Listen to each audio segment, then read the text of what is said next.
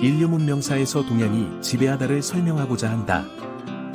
옛날에 동남아시아에서 코끼리를 만난 6명에 대한 이야기가 있다. 한 사람은 코끼리의 코를 붙든 다음 뱀이라고 말하고, 다른 이는 꼬리를 만져보고 밧줄이라고 생각하고, 세 번째 장님은 코끼리 다리에 기댄 다음에 나무라고 생각했다. 그리고 또 다른 사람들은 또 다른 이야기를 한다. 서양의 지배를 둘러싼 장기고착이론과 단기우연이론에 대해 이런 우화가 생각나게 된다. 장님처럼 장기고착이론자와 단기우연이론자들은 코끼리의 일부만 만져본 후에 그것을 전체인 양 착각한다. 반대로 사회발전지수는 모두들 자신이 그저 한 마리의 거대한 어금니가 달린 동물에 매달려 있음을 깨달아야 한다, 라고 말하며 우리의 편견에 대한 인식을 말하고 있다. 앞선 4,000년이 넘는 기간 동안은 사회발전에서 측정할 만한 어떤 변화도 찾아보기 힘들었고, 심지어 기원전 1만 1000년에 이르러 기원전 1만 4000년에 비해 분명히 사회발전 지수가 더 높아진 것에 비해 분명히 사회발전 지수가 빠진 서양에서도 변화의 차이를 감지하기 어렵다. 하지만 여기서 중요한 사실 하나는 분명히 드러난다. 바로 장기고착이론이 예측한 대로 서양이 출발부터 우위를 보이며 우위를 유지했다는 것이다. 그러나 기원전 5000년부터 기원전 1000년까지를 이어가는 도표는 다르다. 두 그래프에서 동양과 서양은 처음 시작했을 때보다 더 높은 지수로 마감했으며 양쪽에서 모두 서양의 지수가 동양보다 더 높다. 그러나 그 차이도 그만큼 두드러진다. 첫째, 기원전 5000년에서 기원전 1000년에서 더 급격하게 상승한다는 것이다. 기원전 1만 4000년부터 기원전 5000년 사이 9000년 동안 서양의 지수는 2배 증가했고 동양은 3분의 2만큼 증가했지만 다음 기원전 5000년에서 기원전 1000년의 4000년 사이에는 서양의 지수는 3배로 뛰었고 동양은 2.5배 늘어났다. 두 번째 차이점은 역사상 처음으로 기원전 1300년을 기점으로 사회발전 지수가 떨어지는 것이 실제로 목격된다는 것이다. 발전 속도 증가와 기원전 1300년 이후 서양의 쇠퇴가 사실이며 이는 동일한 과정의 양면임을 제시하고 이를 발전의 역설이라고 할 것이다. 기원전 1만 4000년과 기원전 5000년 사이 서양에서 사회발전 지수는 2배로 증가했고 촌락은 측면구릉지대의 핵심부에서 중앙아시아와 대서양 연안으로 널리 퍼졌다. 그러나 기원전 5000년에 이르러서도 농업은 측면구릉지대에서 단지 며칠 거리에 불과한 현재 이라크 지역인 메소포타미아까지도 전달되지 못하였다. 기원전 5000년경에는 메소포타미아는 지금보다 더 더웠고 더 습하기도 했는데 농부들에게 주요한 문제는 물을 어디서 구할 것인가 보다는 물을 어떻게 관리할 것인가였다. 인도양에서 불어오는 몬순 바람이 약간의 비를 가져왔지만 농경을 뒷받침하기에는 턱없이 부족했다. 하지만 농부들이 티그리스강과 유프라테강의 여름 홍수를 통제할 수 있고 수확량이 증가할 알맞은 시기에 물을 댈 수 있다면 그 가능성은 무한했다. 이런 발전이 후진성의 이점인데 선진 핵심부에서 작동하는 기술을 주변부에서 활용하기 위해 받아들일 때 그곳에서 도입한 변화는 때론 그 기술이 더 잘 작동하게 만들어 주변부가 그들 나름대로 새로운 핵심부가 되는 것이다. 기원전 5000년이 되자 이러한 과정이 더 정교한 운하들로 인해 세계에서 가장 큰 촌락들이 어쩌면 4000명 정도가 정주한 몇 군데에서 일어나고 있었다. 많은 이점이 메소포타미아에 누적되면서 측면구릉지대의 구핵신부 사람들은 역동적인 새사회를 본받기 시작한다. 메소포타미아와 이집트 사이에는 큰 차이점이 존재했다. 메소포타미아 수메르 왕들은 스스로를 신과 같다고 주장한 반면 이집트 왕들은 스스로를 신이라고 주장했다. 5000년 전에 자기 신성화가 어떻게 일어났을지는 기록이 없어 알기 어렵지만 남은 단서 속에는 후대의 마케도니아의 알렉산드로스 대왕에 관한 이야기에서 얻을 수 있다. 알렉산드로스는 기원전 332년 이집트를 정복한 뒤 자신을 파라오라고 선포했다. 비아 장군들과의 권력투쟁에 휘말린 그는 이전의 파라오처럼 자신이 진짜 신이라는 소문을 퍼뜨리는 방법이 유용함을 깨달았고 한 철학자를 통해 인간이 할 수 없는 일을 함으로써 라는 대답을 듣고 자신의 뜻을 거스리는 사람들을 죽이게 되었다. 이처럼 파라오의 신성을 의심하는 이가 적었고 파라오의 성공은 부분적으로는 정치 공작에, 상부상조에, 또 부분적으로 화려한 의뢰에 의존했다. 후자에 관해서라면 단순히 신의 친구인 것처럼 하는 것보다 그 자신이 신인 것이 분명 이를 더 쉽게 만들었다고 말한다. 기원전 2230년이 되자 수메르와 이집트에 위치한 서양의 두 핵심부는 측면구름지대에 있는 구핵심부를 크게 압도하게 되었다. 신이나 신의 지위를 누리는 국왕이 통치하고 핵심부의 생존 경쟁이 사회발전 지수를 위로 끌어올리는 동력이 되었다. 서양 핵심부의 한쪽 끝에서 다른 쪽까지 국가들이 와해되고 있었고 서로 싸우며 고향을 뜨고 있었다. 그래서 다음 1000년 동안 열련의 분열 사태는 서양을 걷잡을 수 없는 흐름으로 몰아넣었다. 대체 누가 그리고 무엇이 사회발전을 중단시켰는가? 혼란이 원인이었다고 말한다. 사회발전은 승자와 패자를, 부자와 빈자라는 새로운 계급을, 남녀노소 간의 새로운 관계를 탄생시켰다. 이전에 주변부에 머물렀던 이들에게는 후진성의 이점을 활용하여 새로운 힘을 부여하면서 완전히 새로운 핵심부를 만들어내기도 한다. 사회발전의 성장은 점점 더 커지고 복잡해지고 관리하기 힘들어지는 사회들에 크게 의존하게 된다. 그러므로 발전의 역설, 즉 사회발전이 바로 사회발전을 저해하는 바로 그 힘을 창출한다는 것이다. 그런 힘이 통제를 벗어나거나 변화하는 환경이 불확실성을 증대시킬 때 기원전 2200년경처럼 혼란과 파괴, 붕괴가 뒤따를 수 있다. 사회발전의 역설은 왜 장기고착이론이 틀릴 수밖에 없는지를 대부분 설명해준다.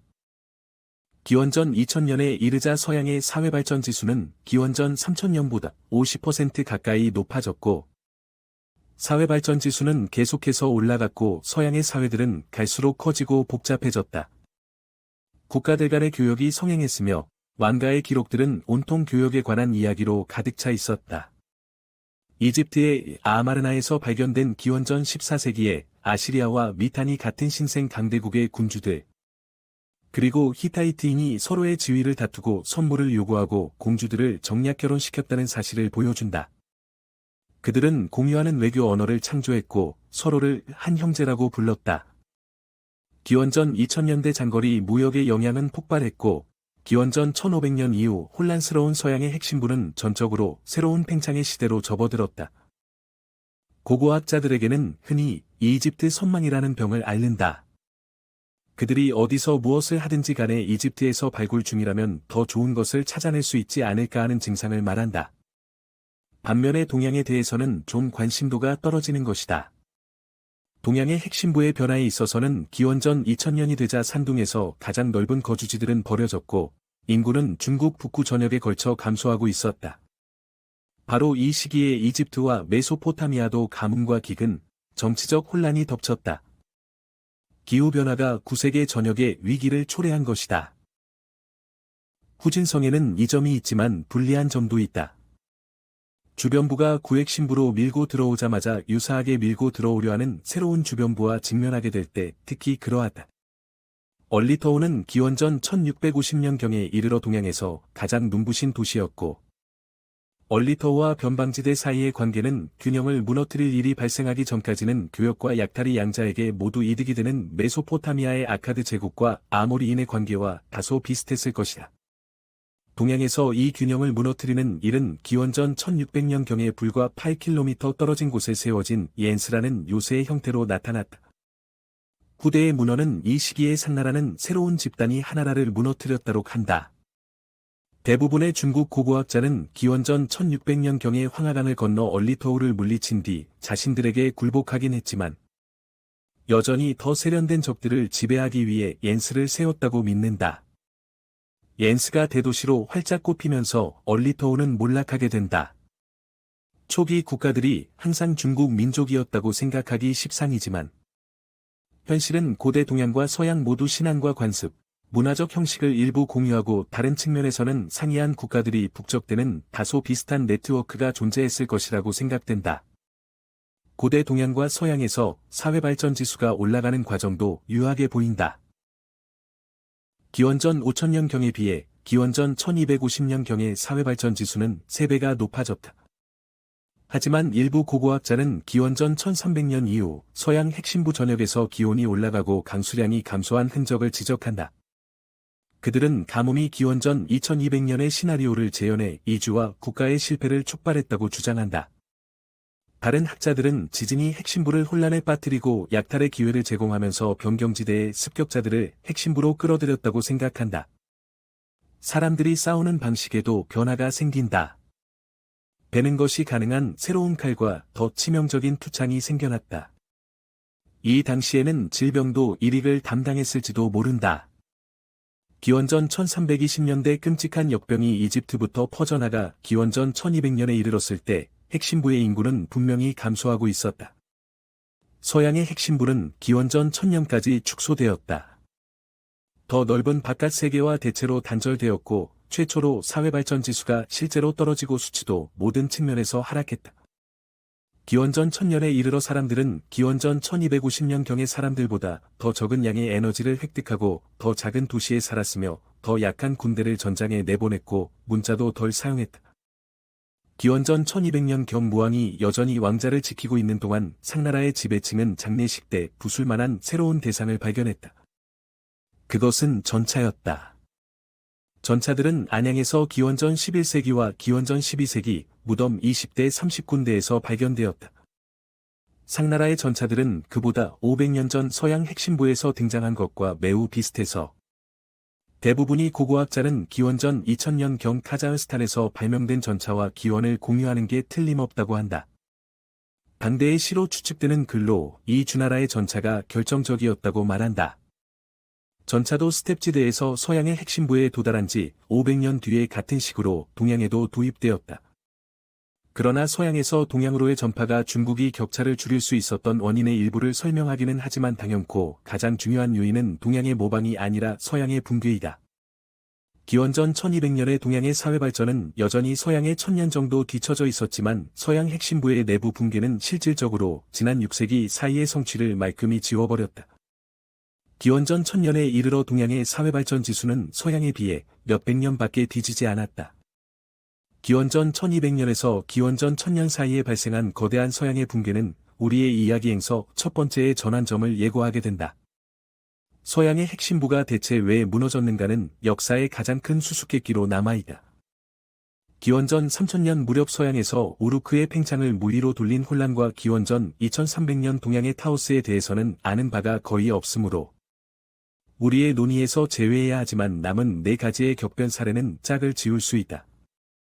첫째 사례에서는 기원전 1750년 이후 서양의 위기와 기원전 1050년 무렵의 동양의 위기는 말하자면 인재였다. 전차를 이용한 전투는 권력 균형의 변화를 가져왔다. 야심만만한 신생 국가들이 중심부로 밀고 들어왔고 폭력과 이주, 체제 교체가 뒤따랐고 양쪽 다 주요 결과는 사회발전 지수는 계속해서 상승하는 가운데 이전의 주변부 집단으로의 권력 이동이었다.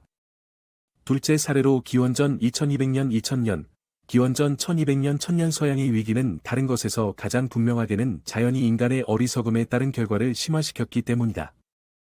기후변화는 대체로 인간의 통제를 넘어서며 이 시기의 기근은 적어도 부분적으로는 기후변화 탓이라고 볼 수 있다. 둘째 사례의 혼란은 첫째 사례보다 훨씬 더 심각했다. 여기서 다음과 같은 잠정적인 결론을 도출할 수 있다. 묵시록의 4기수는 기후변화, 기근, 국가의 실패, 이주는 함께 오며 특히 질병이라는 5번째 기수가 합류할 때 혼란은 붕괴로 바뀔 수 있고 때론 사회발전 수준을 끌어내리기까지 한다는 것이다. 사회발전 수준이 커지는 혼란의 위협과 정교해지는 방어책 사이의 경주가 촉발되며 기원전 5000년과 기원전 1000년 사이에 그토록 자주 그리고 난폭하게 전개된 사회발전의 역설은 아무것도 영원하지 않다는 것을 보여주었다. 단순한 장기고착이로는 왜 서양이 지배하는지를 설명해주지 못하는 것이다.